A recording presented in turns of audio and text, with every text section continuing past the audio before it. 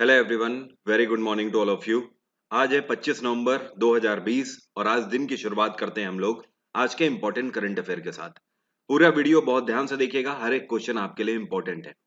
साथ में जो एस्पिरेंट नए हैं इस चैनल पर, अगर आप मेरा टेलीग्राम ग्रुप ज्वाइन करना चाहते हैं तो वीडियो के डिस्क्रिप्शन में मैंने लिंक दिया हुआ है, वहां से आप मेरा टेलीग्राम चैनल ज्वाइन कर सकते हो। क्योंकि मेरी डेली की जितनी भी क्लासेस होती हैं उन सब की अपडेट और यूट्यूब क्लासेस की अपडेट मैं आपको टेलीग्राम पर ही देता हूँ। साथ में टेलीग्राम से आप दूसरे स्टूडेंट्स के साथ डिस्कशन भी कर सकते हो और मेरे द्वारा प्रोवाइड करी गई पीडीएफ का भी फायदा उठा सकते हो। ऐसे एस्पिरेंट जो कि आज के इस करंट अफेयर के वीडियो के आंसर की डाउनलोड करना चाहते हैं तो आज की पीडीएफ भी वीडियो के डिस्क्रिप्शन बॉक्स में है, आप वहां से उसको भी डाउनलोड कर सकते हो। तो चलिए स्टार्ट करते हैं आज के सेशन को। पहला क्वेश्चन है आज का, India has became the which country in the world to have its independent regional navigation satellite system recognized by the international maritime organization. Question का मतलब पहले हिंदी में ध्यान से समझो क्या बोल रहा है आपसे। आपसे कह रहा है भारत अभी हाल ही में पूरी दुनिया में कौन से नंबर का कंट्री बन चुका है जिसके पास अपना खुद का नेविगेशन सैटेलाइट सिस्टम है। और ये बात कही गई है इंटरनेशनल मैरीटाइम ऑर्गेनाइजेशन के द्वारा। कहने का मतलब आईएमओ के द्वारा इसको सर्टिफाइड किया गया है। भारत दुनिया का चौथा ऐसा कंट्री बन चुका है जिसके पास अपना खुद का नेविगेशन सैटेलाइट सिस्टम है। मतलब खुद की ऐसी सैटेलाइट जो कि अपनी गाड़ियों को, व्हीकल्स को, एरोप्लेन्स को या फिर अपने शिप्स को हर तरीके से लोकेट करने के लिए पर्याप्त है। मतलब भारत के पास अपनी खुद की ऐसी सैटेलाइट है जो कि अपने हर तरीके के व्हीकल को लोकेट कर सकती है कि इस टाइम पर हमारे शिप कहाँ है, इस टाइम पर हमारा एरोप्लेन कहाँ पर है, इस टाइम पर हमारी कौन सी गाड़ी कहाँ पर है। एवरीथिंग, सब कुछ इससे नेविगेट किया जा सकता है। साथ में अगर यहां पर बात करें आईएमओ के, इंटरनेशनल मैरीटाइम ऑर्गेनाइजेशन, इसकी स्थापना 1948 में करी गई थी। इसका हेडक्वार्टर है लंदन। और आईएमओ के इस टाइम पे प्रेसिडेंट कौन है? ये हैं किटैक लिम। क्या नाम है इनका? किटैक लिम। अगला क्वेश्चन है, which state government has passed an ordinance to ban the online gaming. ये कौन सी राज्य सरकार है जिसने अभी हाल ही में एक ऑर्डिनेंस पास किया है अपनी विधानसभा में और इसी के साथ इन्होंने पूरे राज्य भर में ऑनलाइन गेमिंग को बैन कर दिया है। ये राज्य सरकार है ईके पलानी स्वामी की सरकार। तमिलनाडु सरकार ने ऑनलाइन गेमिंग पूरे तमिलनाडु के अंदर बैन कर दी है। ध्यान रखिएगा, अभी हाल ही में एक मिंट वेबसाइट है जिसके द्वारा यह बताया गया है कि होम मिनिस्ट्री के द्वारा यह स्टेटमेंट दिया गया है कि बहुत जल्दी कर्नाटक के अंदर भी ऑनलाइन गेमिंग को बैन कर दिया जाएगा। तमिलनाडु में ईके पलानी स्वामी की सरकार है, गवर्नर है बनवारी लाल पुरोहित। बिहार में नीतीश कुमार की सरकार है, गवर्नर है फागू चौहान। हरियाणा में खट्टर सरकार है, गवर्नर है यहाँ पर सत्यदेव नारायण आर्य। और अरुणाचल प्रदेश में पेमा खांडू की सरकार है, गवर्नर है यहाँ पर B D Mishra. By the way, फिलहाल के लिए आपको यह ध्यान रखना है कि तमिलनाडु में ऑनलाइन गेमिंग बैन हो चुकी है। अगला क्वेश्चन है, which Indian politician has been honoured with Vatayan life time achievement award. अभी हाल ही में ये कौन से भारतीय पॉलिटिशियन है या भारतीय राजनीतिज्ञ हैं जिनको Vatayan life time achievement award से सम्मानित किया गया है? ये भारत के एजुकेशन मिनिस्टर रमेश पोखरियाल हैं जिनको Vatayan life time achievement award 2020 से सम्मानित किया गया है। Vatayan life time achievement award इनको क्यों दिया गया है? इनको लिटरेचर फील्ड में उत्कृष्ट कार्य करने के लिए यह अवार्ड दिया गया है। इनकी एक फेमस बुक है जिसके लिए इनको बहुत ज्यादा एप्रिसिएशन मिला था। इनकी इस किताब का नाम है dreams that don't let you sleep. मतलब ऐसे सपने जो कि आपको सोने नहीं देते। Based on the life skills management of doctor Kalam, APJ Kalam, APJ Abdul Kalam Azad साहब के ऊपर यह लिखी गई किताब है जिसके लिए इनको सबसे ज्यादा एप्रिसिएशन आज तक मिला हुआ है। इनके द्वारा और भी कई सारे किताबें लिखी गई हैं। Vatayan life time achievement award इनको British institution group of UK की तरफ से दिया गया है। India international cherry blossom festival 2020 has been cancelled due to coronavirus pandemic. This festival is held annually in this city. Question का मतलब यह है कि India international cherry blossom festival जो कि हर साल भारत में मनाया जाता है, साल 2020 का चेरी ब्लॉसम फेस्टिवल को कैंसिल कर दिया गया है कोरोना वायरस की वजह से। ये कौन से शहर में भारत के मनाया जाता है हर साल? ये शिलोंग में मनाया जाता है, ध्यान रखिएगा। और शिलोंग कहाँ पड़ता है? शिलोंग पड़ता है मेघालय में। तो इस साल शिलोंग में मनाया जाने वाला चेरी ब्लॉसम फेस्टिवल अब नहीं मनाया जा रहा है due to corona virus pandemic. Meghalaya में कॉनरेड संगमा की सरकार है, ध्यान रखिएगा। और अभी कुछ टाइम पहले मेघालय के नए गवर्नर बनाए गए हैं सत्यपाल मलिक। अगला क्वेश्चन है, the first ever dedicated moss garden in India has been set up in which state. Moss का मतलब समझते हो? मॉस का मतलब होता है काई। काई, ये जो काई जम जाती है ना, जो कि स्लीपी सी होती है, चिकनी होती है, जिसमें पैर आपका फिसल जाता है, कई बार आप लोगों ने देखा होगा। तो पूरा पूरा काई का गार्डन भारत में पहली बार बनाया गया है कौन से राज्य में? तो अभी हाल ही में मूस गार्डन पहली बार इनॉग्रेट किया गया है उत्तराखंड में। उत्तराखंड में जगह कौन सी है? इस जगह का नाम है खुरपतल। इसको क्या बोलते हैं? खुरपतल। और खुरपतल आपका नैनीताल डिस्ट्रिक्ट के अंदर पड़ता है। तो नैनीताल डिस्ट्रिक्ट के अंदर खुरपतल में भारत का पहला मूस गार्डन बनाया गया है। पूरा गार्डन ऐसा ही है, काई बेस्ड है पूरा गार्डन, काफी खूबसूरत है देखने में। उत्तराखंड में त्रिवेंद्र सिंह रावत की सरकार है, गवर्नर है यहाँ पर बेबी रानी मौर्य। राजस्थान में अशोक गहलोत की सरकार है, गवर्नर है यहाँ पर कलराज मिश्र। केरल में पिनाराय विजयन की सरकार है, गवर्नर है आरिफ मोहम्मद खान। और मणिपुर में बीरेन सिंह की सरकार है, गवर्नर है नजमा हेपतुल्ला। अगला क्वेश्चन है, who has won 2020 ATP tour finals. साल 2020 का एटीपी टूर फाइनल्स अभी हाल ही में किसने जीता है? ये जीता है डेनियल मेदवेदेव के द्वारा। तो आपको ध्यान रखना है, डेनियल मेदवेदेव जीते हैं साल 2020 का एटीपी टूर फाइनल। किसको हराकर मेदवेदेव जीते हैं? इन्होंने हराया है डोमिनिक थीम को। ध्यान आपको यह रखना है कि ये दोनों खिलाड़ी कौन से देश से बिलोंग करते हैं। डेनियल मेदवेदेव जिन्होंने ये टाइटल जीता है, ये बिलोंग करते हैं रशिया से, जो आपको पिक्चर में दिख रहे हैं। और इन्होंने जिसको हराया है डोमिनिक थीम को, ये खिलाड़ी हैं ऑस्ट्रिया के। कहां के? ऑस्ट्रिया के। साथ में आपको यह भी ध्यान रखना है, इस बार का 2020 एटीपी टूर फाइनल कहां पर हुआ है? इसका वेन्यू था लंदन। तो लंदन में आयोजित ATP tour final Daniel Medvedev जो कि रशिया के खिलाड़ी हैं, इन्होंने जीता है। मात्र 23 साल के खिलाड़ी हैं ये।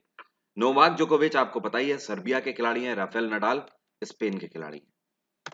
अगला क्वेश्चन है, ministry of civil aviation aims to achieve long term objective of zero fatality by which year. Question का मतलब हिंदी में यह है कि जो हमारी सिविल एविएशन मिनिस्ट्री है, इसने अभी हाल ही में टारगेट बनाया है कि कौन से साल तक ये अपना जीरो फैटेलिटी का ऑब्जेक्टिव पूरा कर लेंगे। जीरो फैटेलिटी का मतलब, देखो भारत सरकार इस ओर कार्यरत है और सिविल एविएशन मिनिस्ट्री को ये जिम्मेवारी दे रखी है कि आप एक ऐसा सिस्टम बनाइए हवाई जहाजों के लिए कि जिसमें रिस्क 0% हो। जीरो फैटेलिटी मतलब रिस्क इसमें 0% हो। हवाई यात्रा में रिस्क 0% होना चाहिए, ये हमारी सरकार का मेन कंसर्न है। तो अभी क्या हुआ कि मिनिस्ट्री ऑफ सिविल एविएशन ने यह फैसला लिया है कि हम इस ईयर तक जीरो फैसिलिटी सिस्टम पूरा बना देंगे सिविल एविएशन का। तो ये कौन से ईयर तक का इन्होंने टारगेट लिया है? इन्होंने टारगेट लिया है 2030 तक का, ध्यान रखिएगा। 2030 तक ministry of civil aviation Bharat के अंदर हवाई जहाजों का ढांचा ऐसा कर देना चाहती है कि जिसमें हवाई यात्रा के दौरान रिस्क 0% तक रह जाए। सिविल एविएशन मिनिस्टर इस टाइम पर कौन है? ये हैं हरदीप सिंह पुरी। अगला क्वेश्चन है, which city has topped EIU's world wide cost of living index. अभी हाल ही में यूरोपियन इंटेलिजेंस यूनिट के द्वारा, माफ करिएगा, इकोनॉमिस्ट इंटेलिजेंस यूनिट के द्वारा world wide cost of living index को जारी किया गया 2020 के। इसमें कौन सा शहर है जिसने दुनिया भर में टॉप किया है? इसमें टॉप किया है हांगकांग ने। अब इसका मेन मकसद आपको बताता हूं है क्या। इकोनॉमिस्ट इंटेलिजेंस यूनिट के द्वारा ये जो worldwide cost of living index हर साल जारी किया जाता है, इसमें यह बताया जाता है कि कौन सा शहर सबसे ज्यादा महंगा है। दुनिया में सबसे ज्यादा एक्सपेंसिव सिटी डिक्लेयर किया गया है हांगकांग, नंबर 1 पे।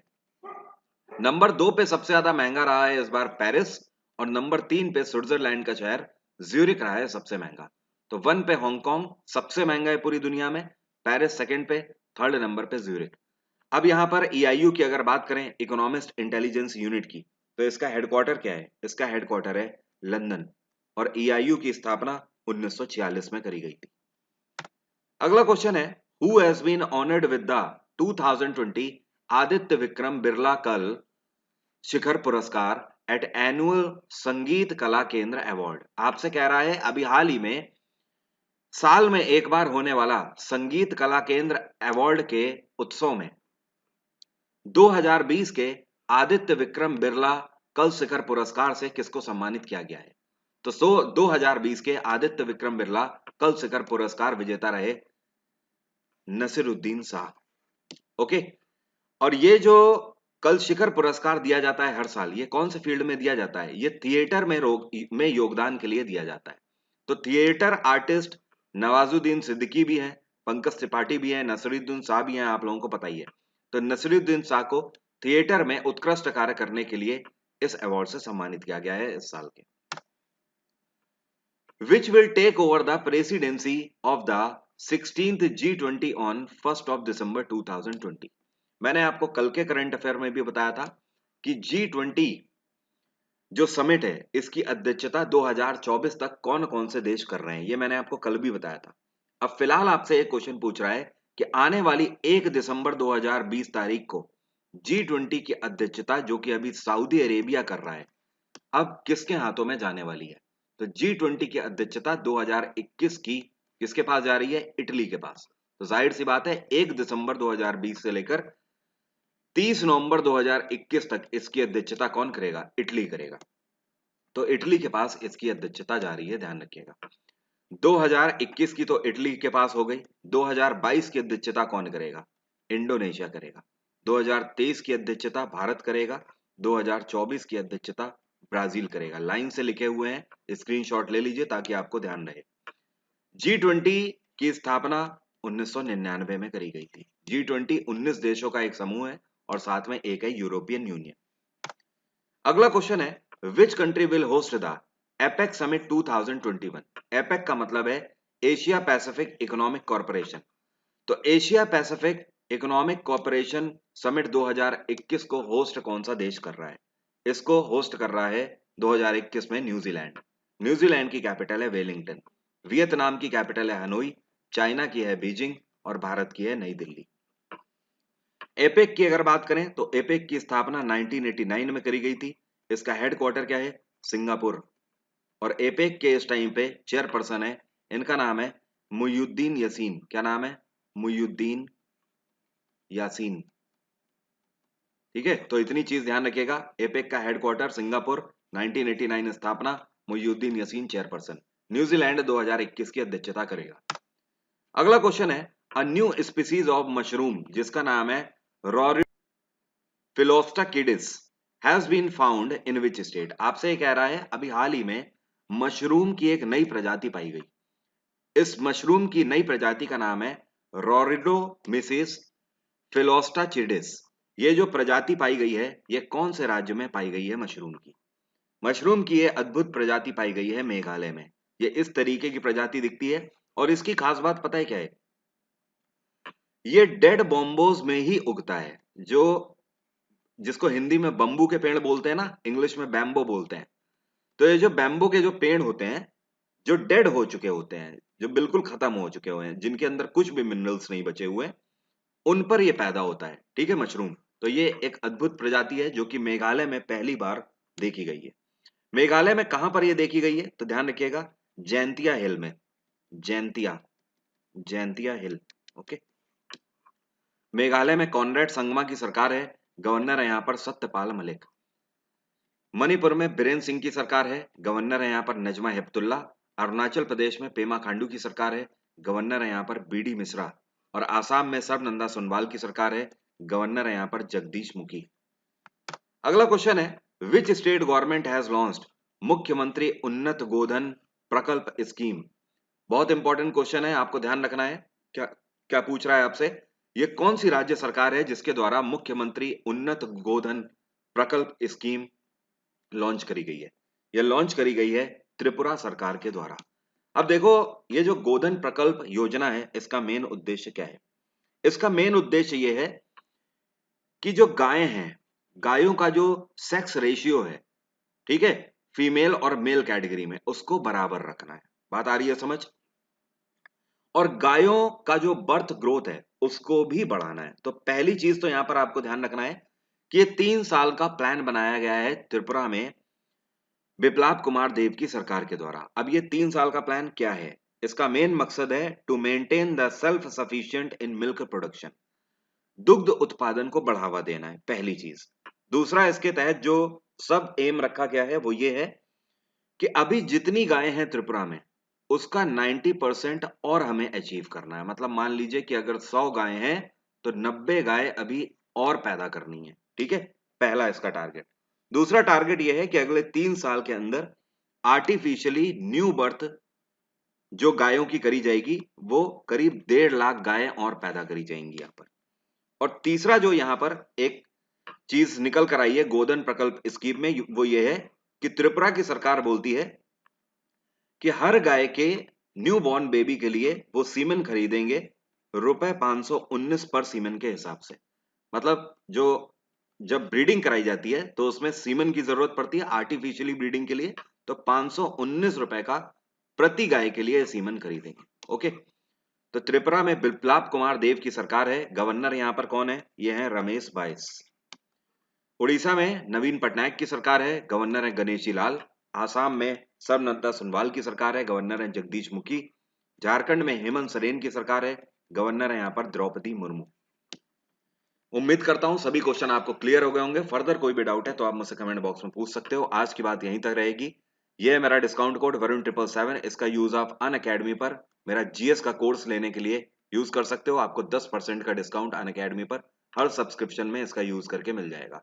वीडियो से कुछ भी सीखने को मिला है तो दबा के लाइक ठोको और वीडियो को शेयर करो। आपका दिन मंगलमय हो। कल सुबह 4 बजे फिर से यहीं पर मुलाकात होगी।